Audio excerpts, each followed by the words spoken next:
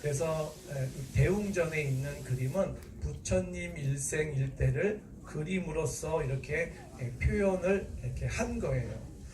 그냥 한번 이렇게 오셨다면 오늘만큼이라도 우리가 법회가 끝나고 나서요 법당 주위를 이렇게 돌아보시면서 이게 그런 뜻이구나, 그림만 봐도 다 알 수 있어요. 지금 무엇을 하는 모습인지. 근데 여기 그림 벽화 중에서요 부처님이 출가를 하게 된 큰 뜻이 있어요. 그게 이제 세 번째의 삼원유관상. 내가 백성들을 위해서 궁 밖으로 나가 보니까 사람들이 너무 괴로워하고요, 생로병사라는 것 때문에 너무 괴로워하고 있는 모습을 보고 내가 출가를 결심하게 된 동기가 되셨다라고 해요. 그래서 우리가 한번 그 그림, 세 번째 그림이라고 제가 말씀을 드렸잖아요. 한번 그 그림을 보시고 한번 같이 느껴보시고요. 오늘 부처님 오신 날인데 단순하게 부처님이 오셨다는 것을 축하드리는 의미보다도요, 모든 것은 다 내 안에 있다라고 하셨어요.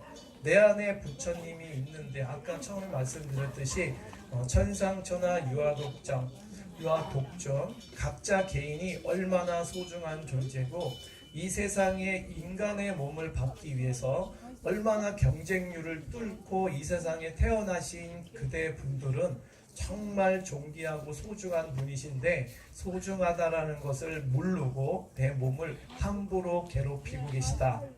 그렇다면 부처님이 그것을 일깨워 주겠다라고 하신 거예요. 얼마나 본인이 소중한지. 늘 말씀드렸듯이 우리가 생물학적으로도요 인간의 몸을 받으려면 50억 년이 걸린다는 거예요. 여기 계신 분들이 다시 한번 돌아가셔서 인간의 몸으로 나오시려면 지구가 한 번은 멸망해야 될 정도의 시간이 걸려야 인간의 몸으로서 다시 나온다는 거예요. 이게 생물학적으로 과학적으로도 나와 있는 얘기고요. 부처님이 이미 2500년 전에 하셨던 거죠. 얼마나 소중하고 존귀하고 인간의 몸 받기가 얼마나 어려운데 그렇게 몸을 그렇게 괴롭히느냐, 이런 얘기를 하신 거예요. 그래서 오늘 부처님 오신 날은 부처님이 오셨다라는 말보다는요, 부처님이 오셔서 우리에게 무엇을 일깨워 주려고 하신 의미를 한번 되새기자라는 거예요. 생로병사라는 고뇌 속에서요, 우리가 그런 것들이 세상에서 생로병사 고뇌 속에 가리워져서 살아가고 있는 우리 중생들에게요, 자유를 주시기 위해서 도설천에서 부처님이 오신 거예요. 사바세계로 오셨어요. 생로병사라는 거는요, 몸에 죽고 사는 것만을 생로병사라고 하지 않아요. 우리가 생각도 생로병사가 있어요. 생각, 어떤 생각이 한 생각이 일어나잖아요. 일어나면 그것도 생물체 같이 계속 움직인다는 거예요. 그러니까 몸만 늙고 병들고 괴롭고 죽는 것이 아니고 우리는 생각 때문에 몸을 괴롭히게 되는 거죠. 그래서 생각에 생로병사가 있다. 미워하고 원망하는 마음, 무슨 일이든 남 탓하는 마음, 이런 마음의 생로병사도 있더라라는 거예요. 그러니까 사람을 뜻하는, 우리가 한자에 보면요, 사람 인자가 이렇게 되어 있잖아요. 한자로 사람을 뜻하는 사람 인자라는 게 사람이 등을 맞대고 서로 의지하면서 사는 것이 사람 인자라고 하는데 그게 일반적인 사람 인자의 모습인데요. 사람 인자라는 거는요, 우리 옛 선현들은 사람 인자를 어떻게 해석을 했냐면 양쪽 팔을 땅 위에다가 늘어뜨리고 양쪽 팔을 땅 밑으로 늘어뜨리면 고개는 자연적으로 숙이게 되어 있거든요. 하늘에 감사하면서 살라는 뜻으로 사람 인자를 만들어 놓은 거예요. 우리가 밤과 낮이 존재하기 때문에 만물이 태어난 거예요. 이 만물, 그러니까 내가 태어난 건 하늘의 혜택이라고 할 수 있다는 거죠. 서로 의지하면서 사는 것도 있지만 하늘에 감사하면서 내가 이 땅에 태어난 것을 감사하면서 살으라는 뜻으로 사람 인자라는 한자의 의미를 갖고 있는데 이것이 더 타당하다고 생각을 하는 거예요. 인간은 완전한 존재로 태어나지 않았어요. 불완전한 존재로 태어났다는 거예요. 불완전한 존재로 태어났기 때문에 우리는 배우고 익혀서 본성, 우리가 불성이라고도 하는 불성, 예, 우리가 예불 끝에 맨 끝에 서로 주고받는 인사가 그런 거잖아요. 예, 성불하십시오. 마음에 있는 불성을 일깨워 주십시오 하는 뜻인 거죠. 우리가 아까도 얘기했듯이 얼마나 소중한 존재인지 모르는 거잖아요. 그래서 예불을 끝나고 나서 부처님인 줄 아십시오 라는 뜻을 갖고 있다는 거예요. 이래서 우리가 처음에 불완전한 존재로 태어났다는 걸 내가 인식을 하고 그 다음에 불성을 찾아가는, 그러니까 내 안에 있는 불성을 배우고 익혀서 계속 찾아내야 된다는 거예요. 나는 문제가 없는데 상대가 문제가 많다는 인식은요, 아주 잘못된 인식이라는 거예요. 그런 건 존재할 수 없어요. 인간은 다 불완전하게 태어났기 때문에 나는 맞고 너는 틀리다라는 건 없다는 거예요.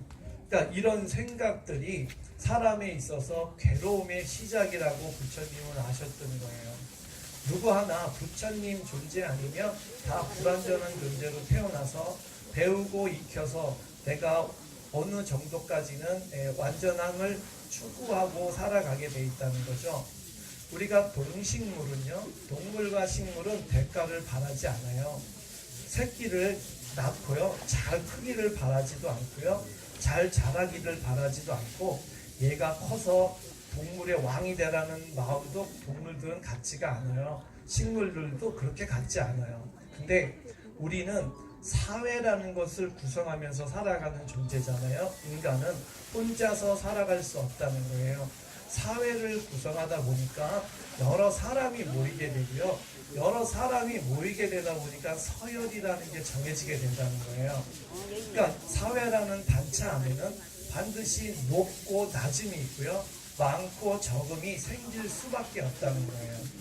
그 다음에 더 높은 지위를 갖고 싶거나 더 많은 재물을 소유할 수밖에 없는, 그렇게 살 수밖에 없는 또 바라는 마음이 사람한테는 안 생길 수가 없다는 거예요. 그러니까 이렇게 여러 사람이 만나다 보면 우리가 지금 대통령도 뽑고 국회의원도 뽑잖아요.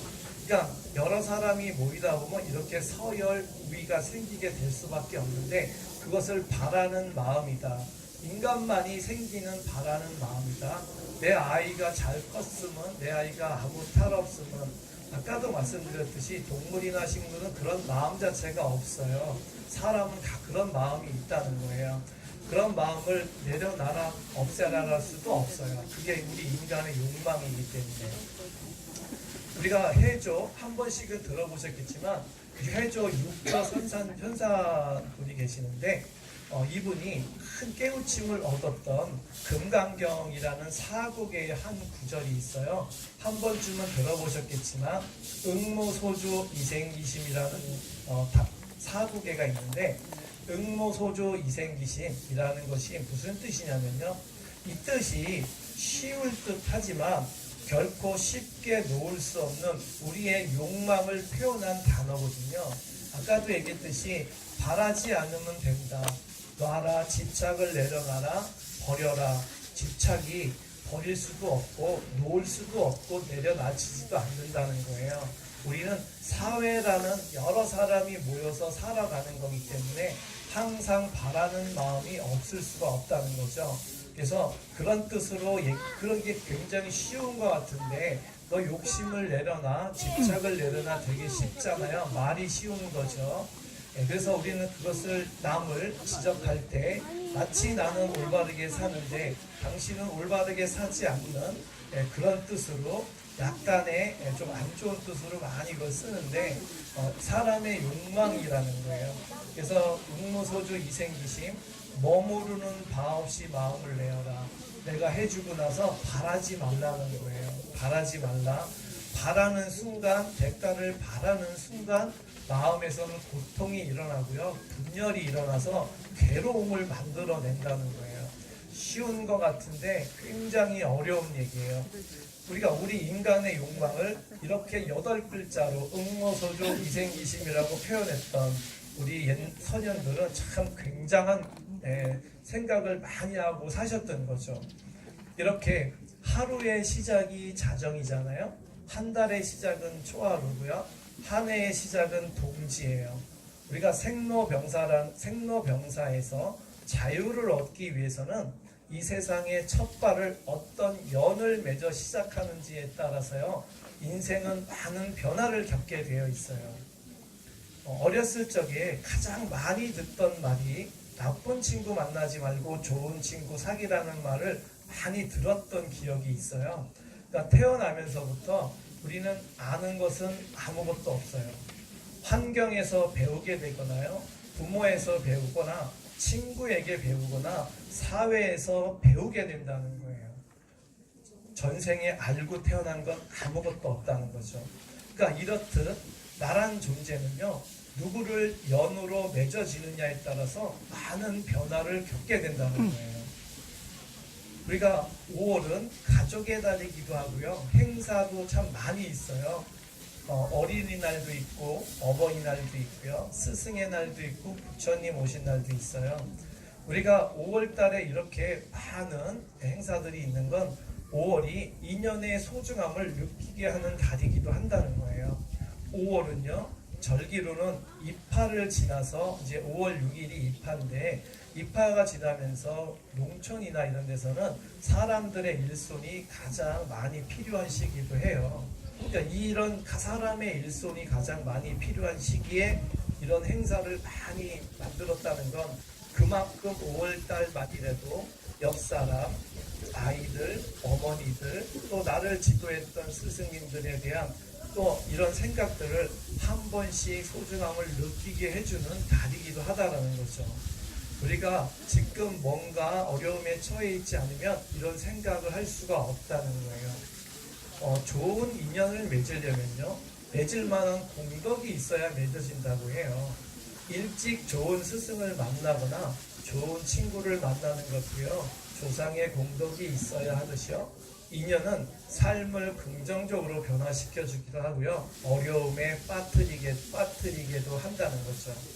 우리 속담에요, 옷깃만 스쳐도 인연이라는 말이 있어요.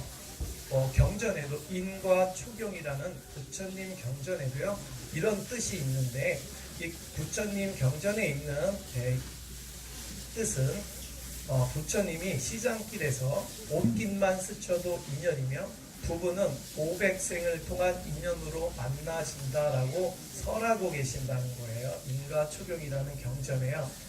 만남이란 쉽게 이루어지는 것도 아니고요, 더욱이 부부로서 인연을 맺고 만난다는 것은요, 전생에 수많은 인연이 있어야 부부의 연이 맺어진다라는 뜻이에요. 하물며 나를 낳아준 부모님, 나를 이끌어주는 스승님들, 그 다음에 나와 늘 같이 함께하는 친구, 또 우리가 지금 이 나라, 대한민국이라는 나라를 이렇게 지켜주는 여러 사람들 때문에 우리가 편안하게 살 수 있다라는 거죠. 이런 것도 우리가 만약에 저기 전쟁 지역에 태어났다고 생각을 해보세요. 얼마나 힘드셨겠냐는 거죠. 이렇게 태어나는 것도, 이렇게 평화로운 곳에 태어나는 것도 큰 인연이 있어야 만나진다라고 해요. 인연은요, 인연 생기의 줄임말이라고도 해요. 모든 것은 인과 연의 결합에 의해서 생기고 일어난다라는 뜻이에요. 인이란, 여기서 인연의 인이라는 거는요, 직접적인 원인을 말하는 거고요, 연이라는 것은 우리가 아까도 얘기했던 상대적인 걸 얘기를 하는 거예요.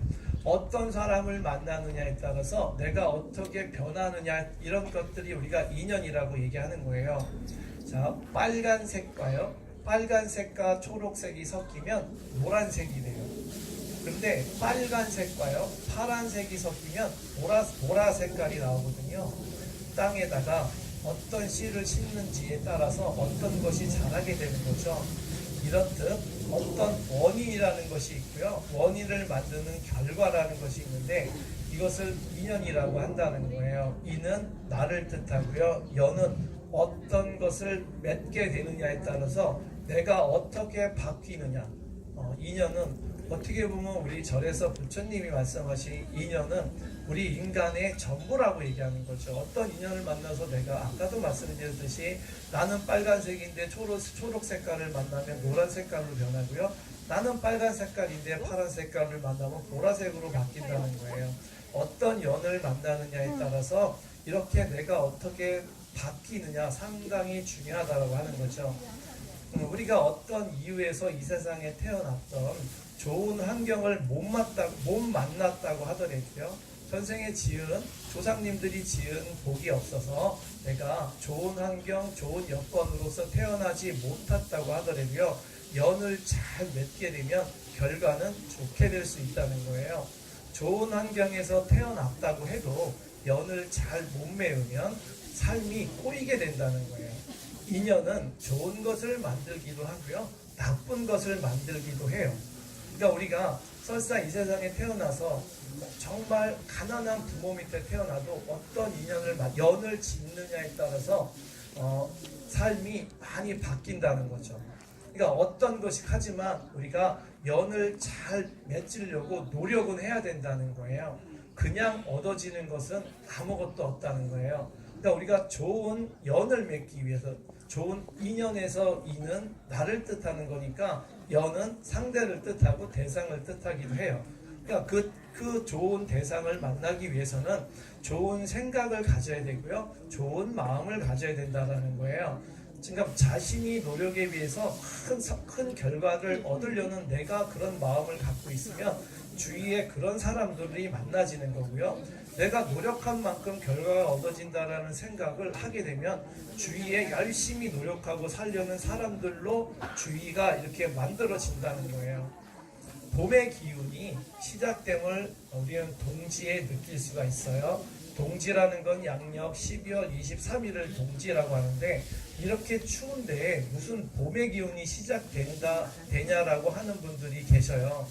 이미 양력 12월 23일에 땅 속에서는 봄의 싹을 틔울 준비를 땅 속에서는 이미 하고 있다는 거예요.